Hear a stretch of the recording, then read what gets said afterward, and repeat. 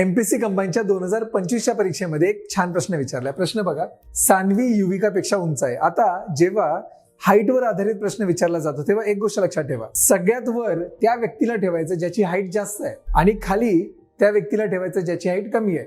म्हणजे वरून खाली जाताना जास्त हाईट कडून कमी हाईटच्या व्यक्तीपर्यंत जायचं असतं हे लक्षात ठेवा. आता बघा ना, सान्वी युविकापेक्षा उंच आहे. सान्वी ही उंच आहे. बघा आता सान्वी कुणापेक्षा उंच आहे? युविकापेक्षा.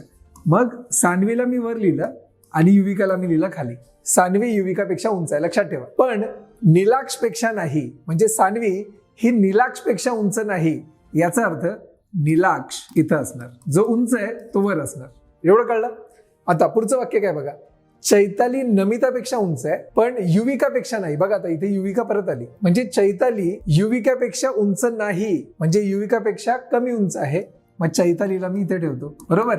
आणि अजून काय आहे, चैताली नमितापेक्षा उंच आहे. मग मला सांगा चैताली वर असणार, नमिता त्या लाईन मध्ये असणार खाली. तुमचा क्रम काय झाला? नीलाक्ष, सान्वी, युविका, चैताली, नमिता. विचारलंय काय तर त्यांच्यातील सर्वात उंच कोण? तर सर्वात उंच आहे त्यांच्यामध्ये नीलाक्ष, जे आहे ऑप्शन क्रमांक 1. ऐकणे सिंपल.